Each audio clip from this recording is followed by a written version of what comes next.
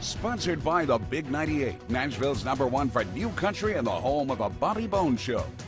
The Rock Review is catching up with the journalist, author, and producer of a brand new documentary that I really think you need to see.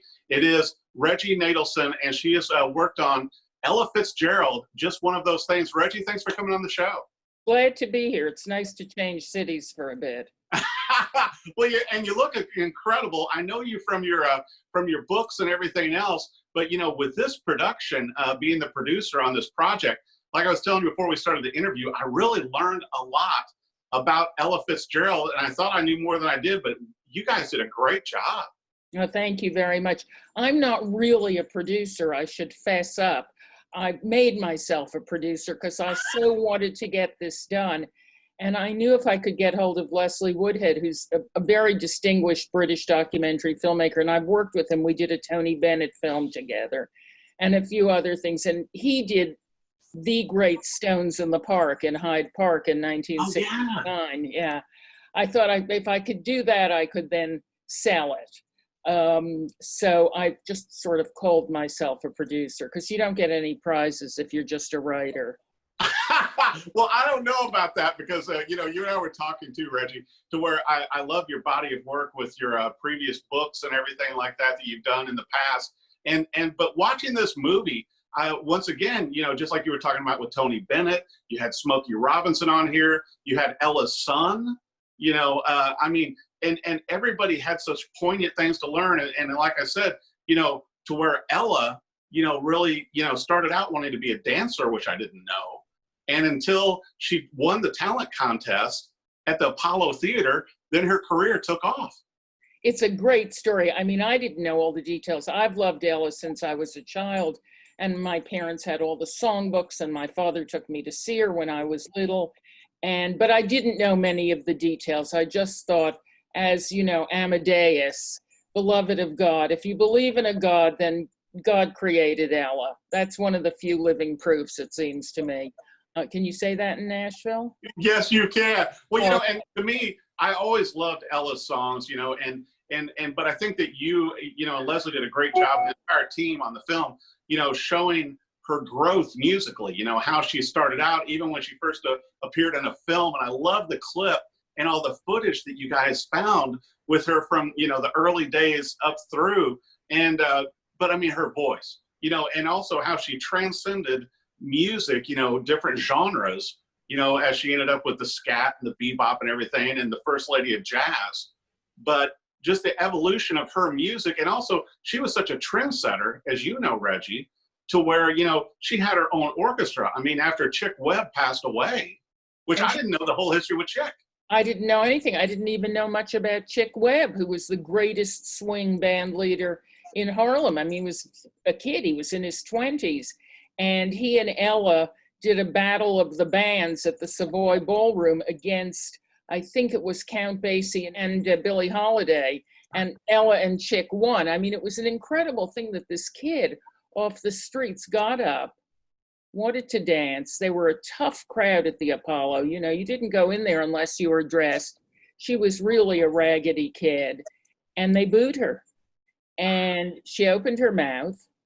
And she was Ella Fitzgerald. She'd never had any lessons. She'd never sung in church like Aretha Franklin.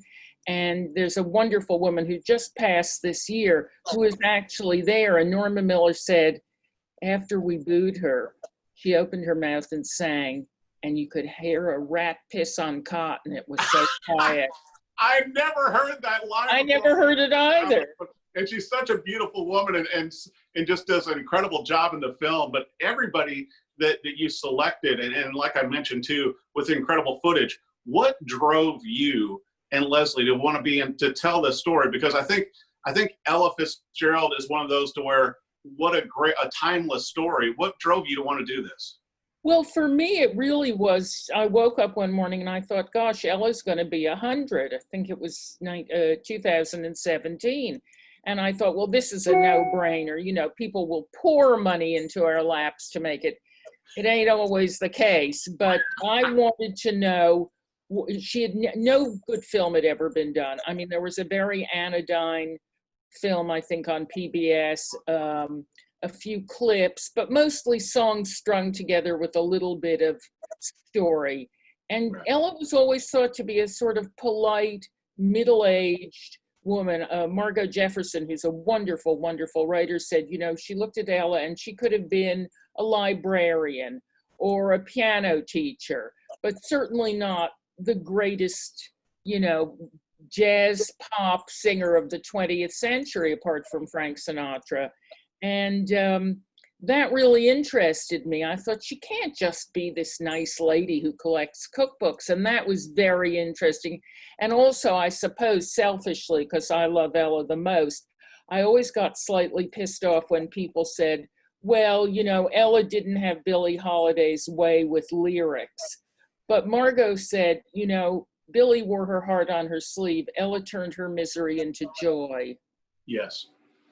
You know, and It's not a bad thing. no, and it so came through in the film, even through her hardship, you know, and you know, having to go to the home after her mother passed away. I mean, some of it was just heart-wrenching, but also to see how she turned that into great music and an incredible career, and what she did with it. I mean, it's a statement for all times. No, I think that too. And of course, what was wonderful was, I must confess that I told some of the people we went to for money that I knew all of these really interesting and never heard things about Ella, when I had no idea. And then the fun of making a movie and doing the research and doing the interviews is a lot of it turned out to be true. I mean, she was ahead of her time. She was like a proto-feminist. She was leading a band of, you know, 18 fully grown-up men when she was a 19-year-old girl. All kinds of amazing things. She did speak out on civil rights. You know, there's always a feeling about people like Louis Armstrong and Ella that they didn't really speak out. But of course, they did things in their own way. They were from an earlier generation. And when we found the tape about her saying how horrible it is to go to Europe, and people saying, why can't you play in the South? And I mean, there were all sorts of miserable times. Her seat was given away to a white person on a flight at the height of her stardom. Mm-hmm. When you think about it, it's just extraordinary. I mean, we were so lucky to get Smokey, because sadly, if we'd made this film 5-6 years earlier, we would have had a lot of people. Oscar Peterson, who was very close to her. Smokey was, of course, you know, my heartthrob, and he still looks amazing. And getting her son, which was no easy feat. Right. He lives in Ukraine and plays on cruise ships. So we had to schlep him to London, and it was really fun. And we also got a lot of young people like Jamie Cullum. And in fact, on one of these shows we did for launching the film, I met this stunning young woman called Camille Thurman. Have you ever come across her? Yes, I've heard the name. She not only sings like Ella, she plays the sax with Jazz at Lincoln Center Orchestra. She's worth knowing about. Get an interview with her. Yeah. Phenomenal. And it's so good to hear that there are really young people who have taken up with this.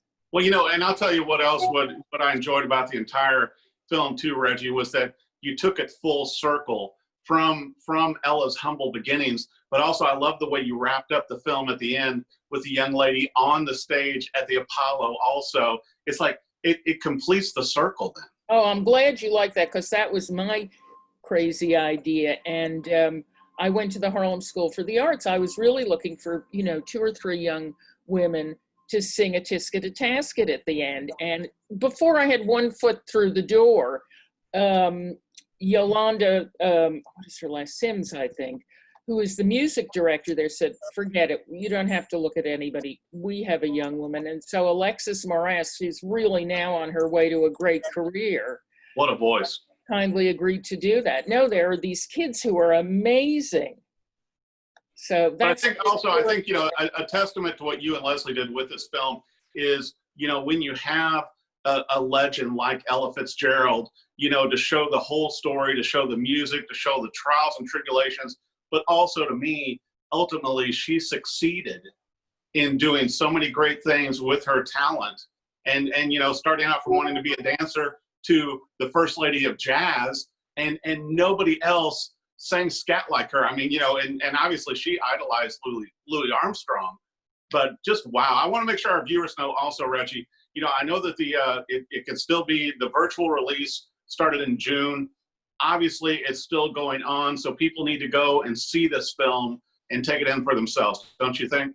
I absolutely do. And they can access it on a site called Eventix, which is basically what happens is it's a virtual cinema, and you're buying a ticket from your local theater. You can buy a ticket from your Nashville theater. I can buy them in New York, which means the theaters get a lot of the money. So it helps support the cinemas that we all love. It's that simple. And congratulations to you for producing Ella Fitzgerald. Just one of those things. I can't wait to see what you work on next, and some of your great books as well, Reggie. Thank you so much. Well, the next book will be a little tiny book called The 212, which is about all the places that make New York worth being in. Well, you know what? It's amazing to me, Reggie, how you live between New York and London, and you ingratiate yourself in both places. But love this movie. What a great tribute to Ella Fitzgerald. Reggie Nadelson, thank you so much for joining the Rock and Review. Thank you so much. I look forward to seeing you here in New York. Sponsored by the Big 98, Nashville's #1 for new country and the home of a Bobby Bones Show.